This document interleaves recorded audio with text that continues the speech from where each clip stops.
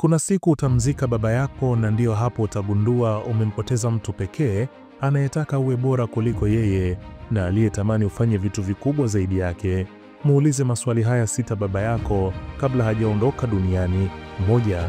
Ni kumbukumbu gani bora zaidi ulionayo kuhusu sisi? 2. Siku za kwanza za ubaba wako zilikuwaje? Stori hiyo itakusaidia kujua haso zake kwako. 3. Unatamani nini kwa watoto wako? Au unatamani waje kuwa watu wa aina gani? 4. Ni kipindi gani ulijivunia kuhusu mimi? 5. Ni kitu gani kizuri zaidi nilishawahi kukufanyia baba yangu? 6. Baba, ni kitu gani utataka nikukumbuke nacho pindi utakapoondoka?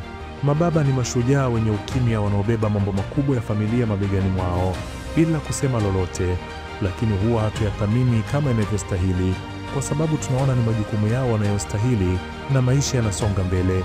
Mara nyingi tunasahau kuuliza maswali muhimu, hivyo chukua muda wako na zungumza nao leo, kwa sababu wakiondoka ni hekima zao, upendo wao na uwepo wao utakaoumisi zaidi.